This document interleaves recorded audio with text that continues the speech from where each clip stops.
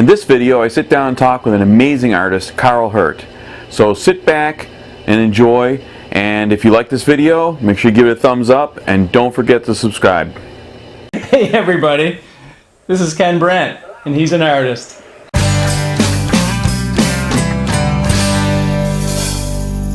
Alright, so I'm here with artist Karl Heerdt, who's not only just an artist, but he's also my cousin. We're here to discuss his artwork, how he got into art, why he is painting what he's painting, and what he likes to do. So Karl, tell me, what exactly got you into painting in the first place? Oh gosh, that's a good question. Probably when I was young, 17, was doing art in school, high school, and my grandfather gave me a set of oil paints and that he used to use, and that's what got me started. Actually, I started painting in oils, and it's been, since then. That's all it's been.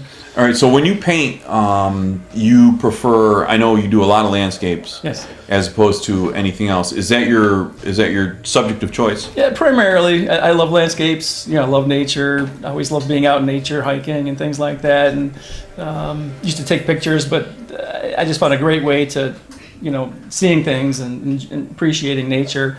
I found a great way to process those feelings is through painting, reproducing what I felt on a scene, or being out there in nature. Absolutely, because I mean, as an artist, when we view a landscape, we see more than just the landscape. We're always like, we see different aspects of it that a lot of people, when they're just walking past the landscape, they really don't pay attention to.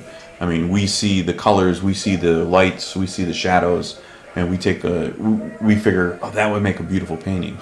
You've taken in a lot of the sights from Niagara Falls. Yes. And you've done a lot of paintings from the falls. So what was it about the falls that inspired you?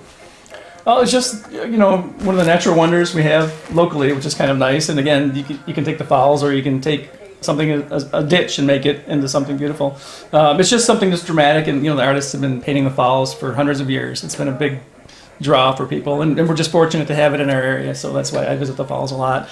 You've got the gorge, depending on the weather, the many moods of the falls, so it's really an endless source of inspiration. It's always changing, so it's always a go-to place to get inspired, learn the colors and water. I love water, especially. Water is one of the big things I love to do, and yeah, like I've noticed when you're doing the colors that you choose for your water, I mean, you have a lot of blues and greens in there that you're mixing together. I mean, so what primary colors are you, when you see water, what colors do you see? Not specifically. I mean, I try to duplicate what's in front of me. We have some areas, you see the water's blue or turquoise or green, depending on where you're going. Even rainy days, you get the brown runoff, the mud into the water, the sky reflecting, different things like that. So I really don't have any go-to colors.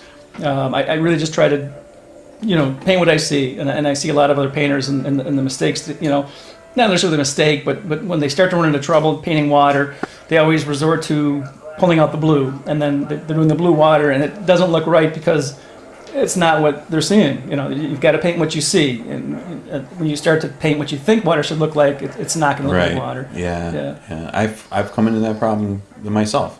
Right.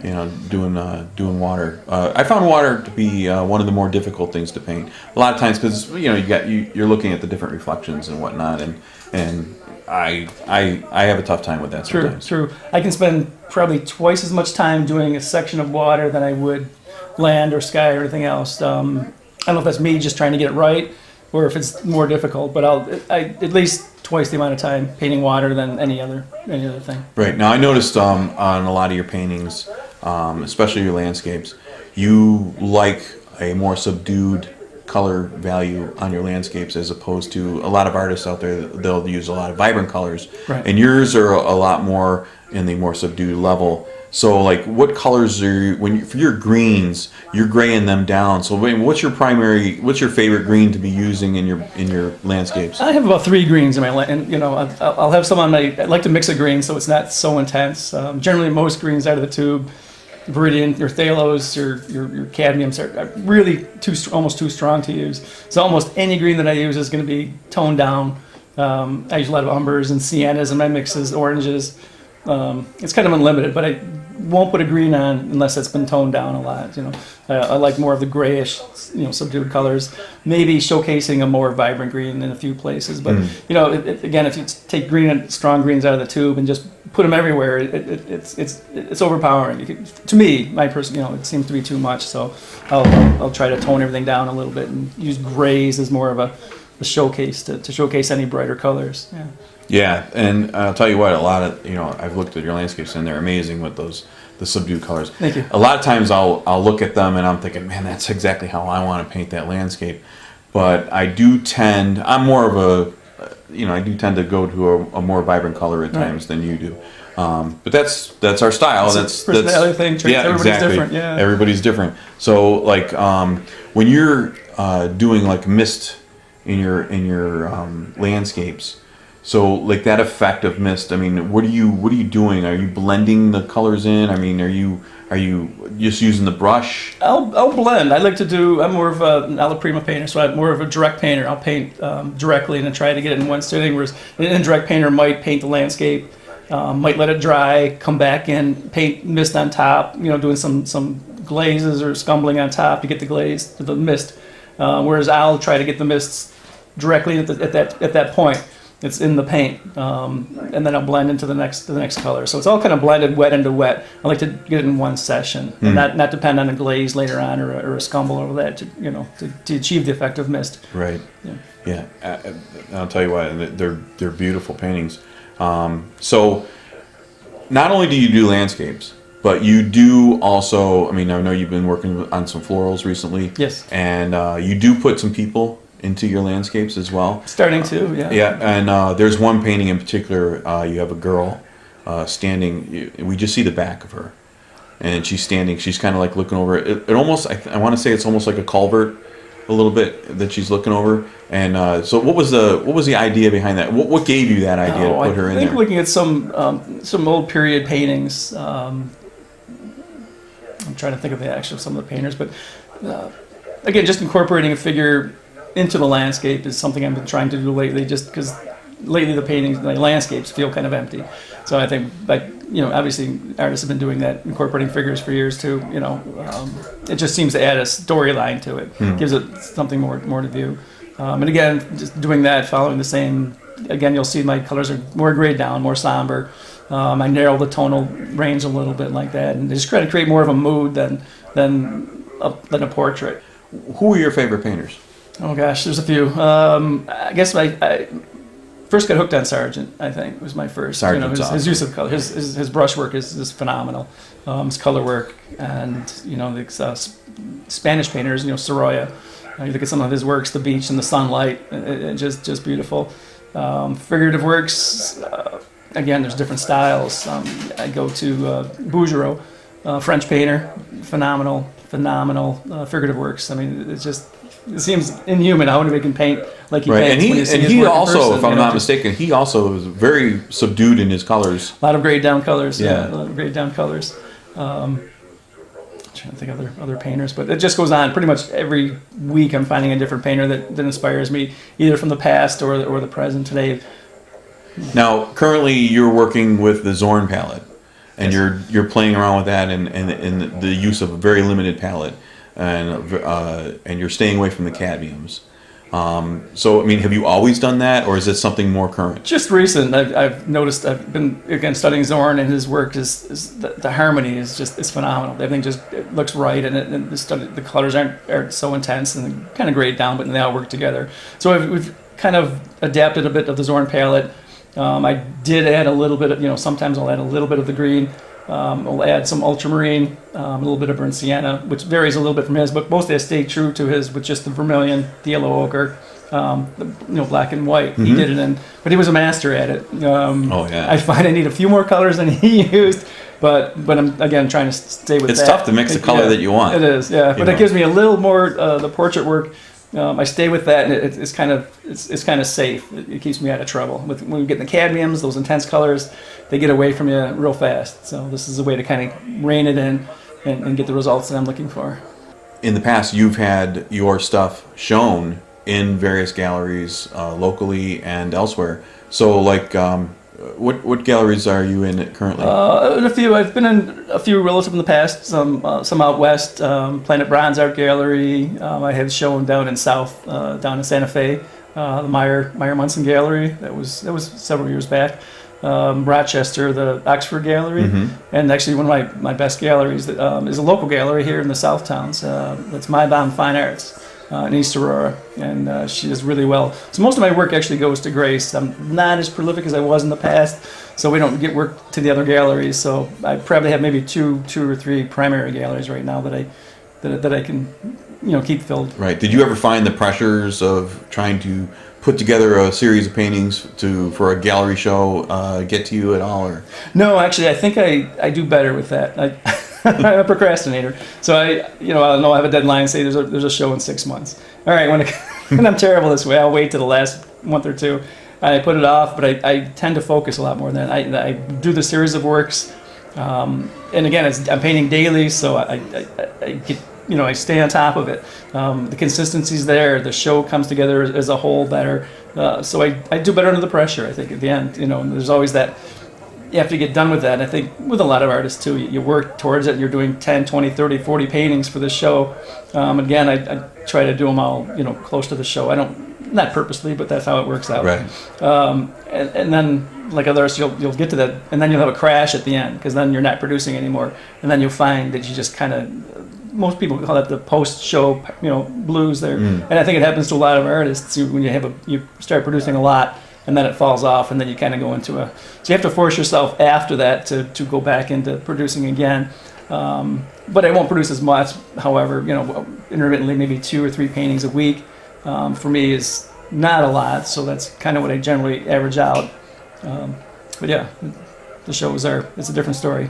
So when you before you even got into a gallery, how difficult was it for you to find yourself to get into the gallery in the first place? I mean, what process did you go through? It took a while. I painted, and you always get the family saying, "Oh, it's great." You get the good feedback from the family, and then outside of that, it's kind of a vacuum. There's not, So you keep working, and you get your work out there. And I had made some calls to galleries and did some online, emails introducing myself, saying, "Here's my website, here's my stuff," and hopefully got a positive response.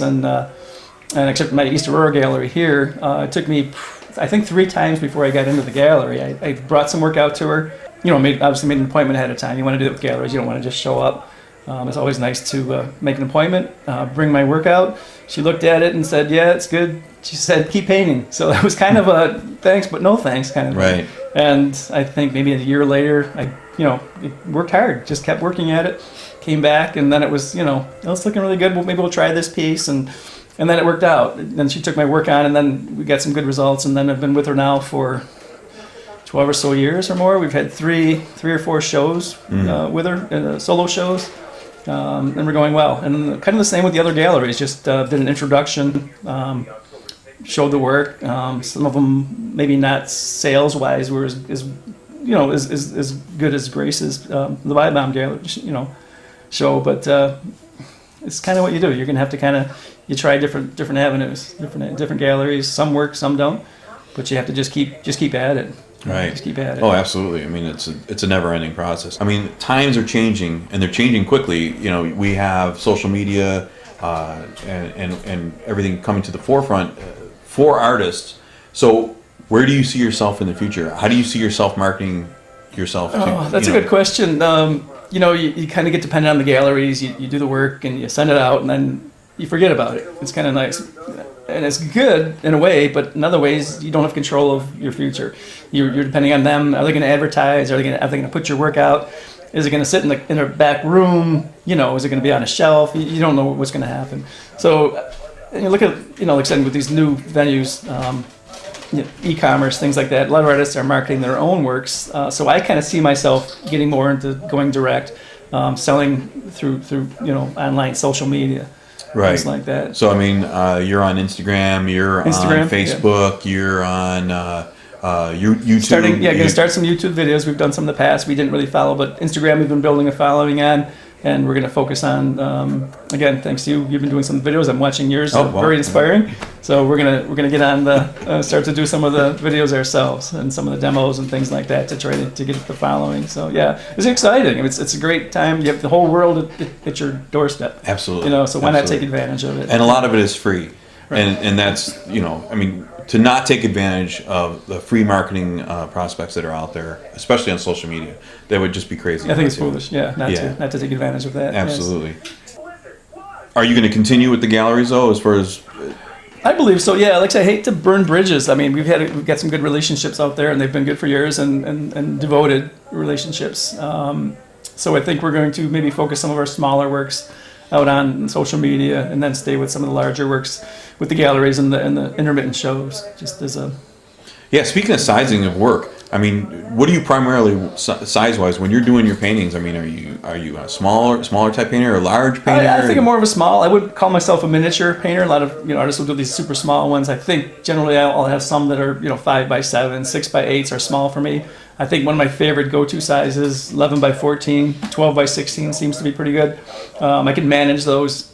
Generally, like I say, I'm a la prima painter. I'll do in one sitting, so that's a good size. Now, when for you me to say manage. one sitting, how long is the one sitting for you? A sitting could be, I guess they're shorter than they used to be. Like when I was younger, I could spend 6, 8 hours, 10 hours in front of a canvas and not even know it, But now, if I'll, 2 or 3 hours, 4 hours to get something where I really want it, I'll leave off and then maybe have a fresh look the next day. Maybe go back and do a couple more things that I might have mixed.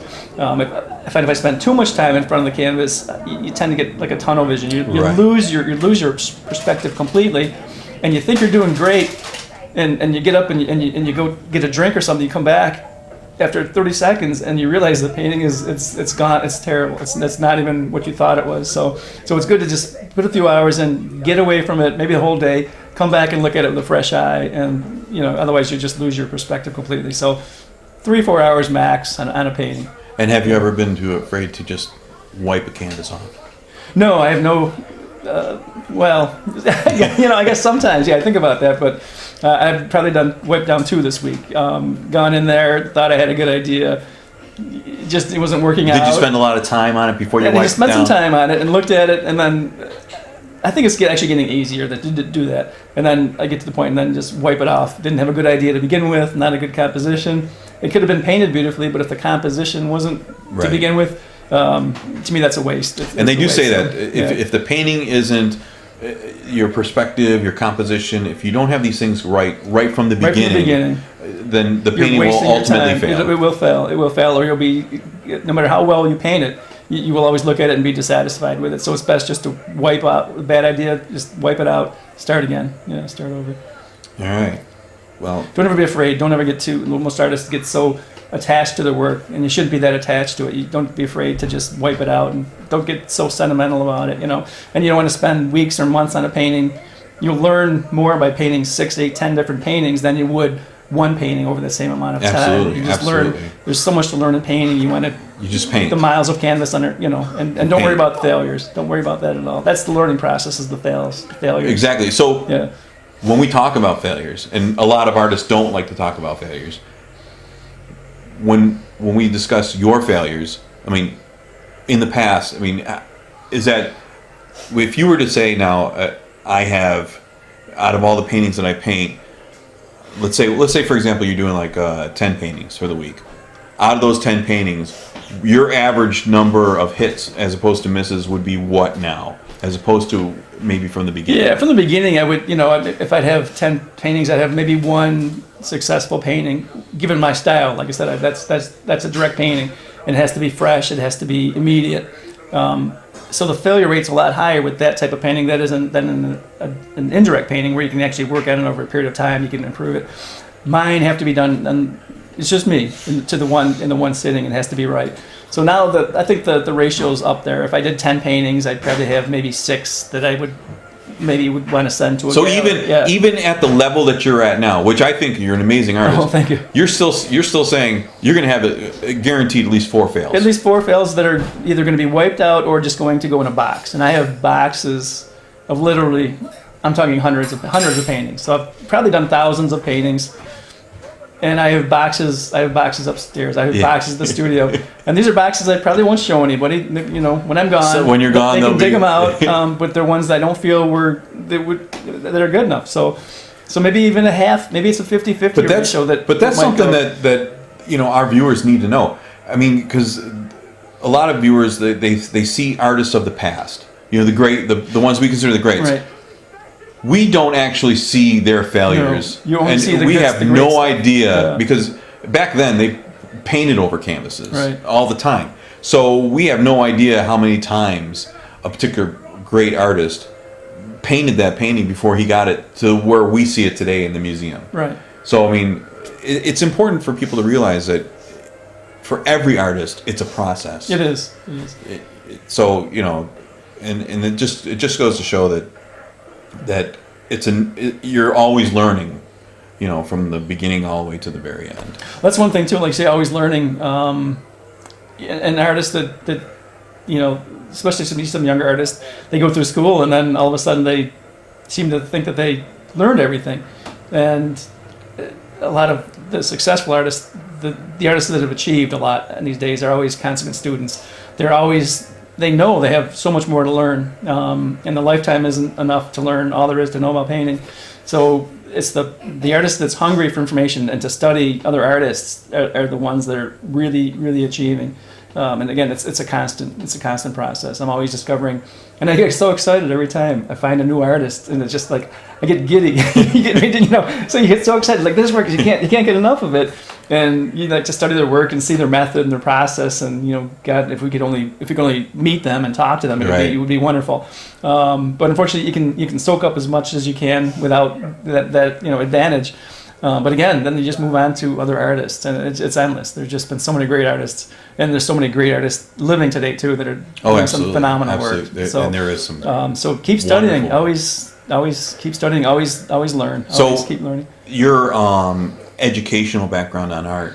I mean, did you have any schooling at all? Not much. Mostly, I had high school. I had some great, actually, in high school, I had some great art teachers that were very supportive, and I always loved art anyway at that age. And always, again, they were really supportive and so encouraging for you to continue with art and do art. So I've always kind of done it to a certain extent. So most of my learning was self-taught. I guess you could call it self-taught. I studied from the masters, mostly the deceased masters that I had. Was work I kind of set up up there, or I thought was there, and tried to learn, not emulate what they do, but just try to take what William Chase said. Always, take the best of what take the best. He's, other people's techniques, you use it. You see something and you take the best, and hopefully you develop your own right, style. Put your own little style, your own thing. spin on it. Right. Absolutely. All right. Well, hey, Karl.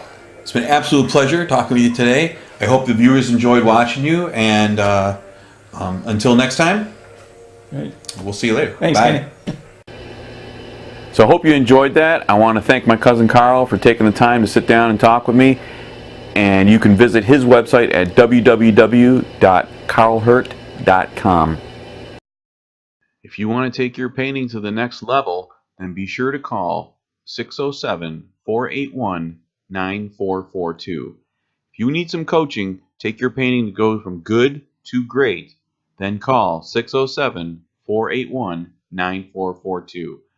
And be sure to visit my website, www.kennethbrant.com. And while you're there, sign up for my email newsletter and become eligible for a drawing to win a free painting.